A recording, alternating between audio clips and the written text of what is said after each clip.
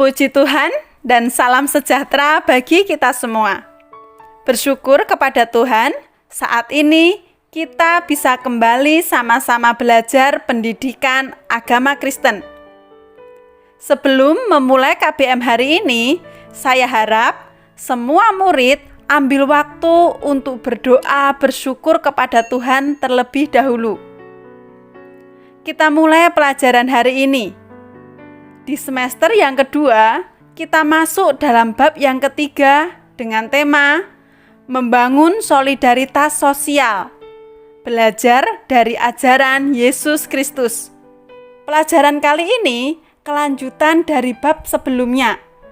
Tetapi pada pelajaran ini memberi penekanan secara khusus tentang solidaritas menurut ajaran Yesus.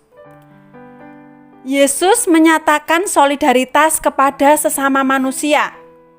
Contohnya, Dia mengajar, Dia menyembuhkan orang sakit, Dia membangkitkan orang mati, Dia memberi makan bagi yang lapar, Dia mendengarkan keluhan orang, Dia memberi dirinya bagi orang lain, dan masih banyak hal lain lagi yang dilakukan oleh Tuhan Yesus sebagai bukti solidaritasnya terhadap manusia. Dan yang perlu kita garis bawahi bahwa seluruh pekerjaan dan pelayanan Yesus dilandasi oleh cinta kasih dan solidaritas yang tulus kepada manusia. Solidaritas dalam pemahaman iman Kristen adalah sikap yang mencakup jasmani maupun rohani seluruh diri manusia. Hal pertama, kita akan membahas solidaritas Yesus pada sesama. Solidaritas Yesus terhadap sesama dapat kita lihat dalam beberapa hal.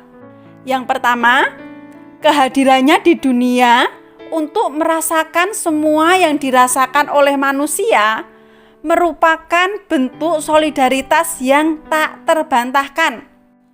Dia lahir dalam kemiskinan, Dia hidup dalam keprihatinan, Dia melakukan segala perkara untuk manusia, Dia menderita dan mati secara hina di kayu salib.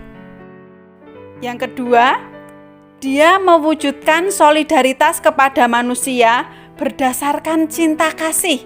Yang ketiga, Dia mewujudkan solidaritas sosial dalam penghargaan terhadap manusia sebagai makhluk yang bermartabat. Dan yang keempat, Dia mewujudkan solidaritas bagi manusia demi menyelamatkan manusia. Hal yang kedua, kita akan membahas tentang Yesus merobohkan jembatan eksklusivisme.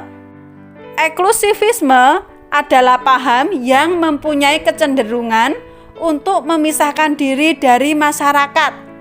Contohnya, sering kita menemukan dalam kehidupan sehari-hari di mana terdapat satu kelompok hanya mau berteman dengan orang-orang yang dianggap kaya, keren, atau orang yang dianggap memiliki status sosial yang tinggi. Jadi, kedatangan Yesus ke dunia merobohkan tembok eksklusivisme. Tidak ada lagi perbedaan antara orang kaya, orang miskin, suku A, suku B, atau yang lainnya. Semuanya sama dalam pemandangan Tuhan. Firman Tuhan berkata, "Berbahagialah orang yang miskin di hadapan Allah, karena merekalah yang mempunyai kerajaan surga. Berbahagialah orang yang murah hatinya, karena mereka akan memperoleh kemurahan Allah." Ayat-ayat tersebut menjelaskan bahwa Yesus datang memperkenalkan sebuah cara baru dalam kehidupan, yaitu kasih. Bagi Yesus, solidaritas adalah tindakan nyata dan bukan hanya kata-kata. Jadi, jika seseorang berkata mencintai saudaranya, mencintai keluarganya, mencintai sahabatnya, harus dibuktikan melalui perbuatan. Contohnya Yesus. Yesus mengajar tentang kasih, dan Dia pun juga melakukan tindakan kasih. Yesus mengajar tentang rendah hati, dan Yesus pun juga melakukan hal tersebut. Hal ketiga, kita akan belajar dari pembahasan Alkitab. Yang pertama, Lukas 4 ayat 16 sampai 19. Dalam ayat ini, Yesus menjelaskan maksud pelayanannya, yaitu yang pertama, untuk menyampaikan kabar baik kepada semua orang. Yang kedua, untuk menyembuhkan mereka yang menderita dan tertindas. Penyembuhan ini meliputi segenap pribadi, baik jasmani maupun rohani. Yang ketiga, untuk mencelikkan mata rohani manusia yang dibutakan oleh dunia dan iblis, agar mereka dapat melihat kebenaran Allah. Yang keempat, untuk memberitakan saat pembebasan dan penyelamatan yang sesungguhnya dari kuasa iblis, dosa, ketakutan, dan rasa bersalah. Yang kedua, kita akan buka dalam Matius 25 ayat 31 sampai 46. Dalam ayat ini, Yesus memproklamirkan tahun rahmat Tuhan. Yesus menyatakan solidaritasnya bagi sesama, terutama bagi mereka yang ada dalam penderitaan. Matius 25 ayat 40. Sesungguhnya segala sesuatu yang kamu lakukan untuk salah seorang dari saudaraku yang paling hina, kamu telah melakukannya untuk aku. Dari ayat tersebut jelas bahwa Tuhan juga menghendaki supaya kita anak-anaknya juga melakukan hal yang sama, yaitu memiliki solidaritas terhadap sesama yang dilandasi dengan cinta kasih. Puji Tuhan, pelajaran hari ini cukup sampai di sini.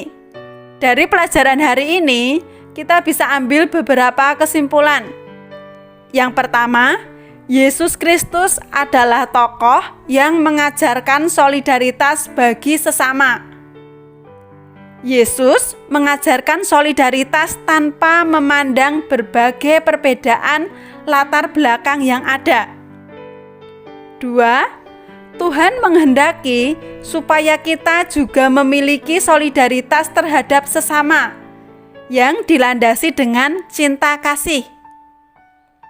Puji Tuhan, terima kasih sudah mengikuti pelajaran hari ini. Tetap semangat belajar dan ingat, selesai belajar, ambil waktu untuk berdoa bersyukur kepada Tuhan. Terima kasih, Tuhan Yesus memberkati.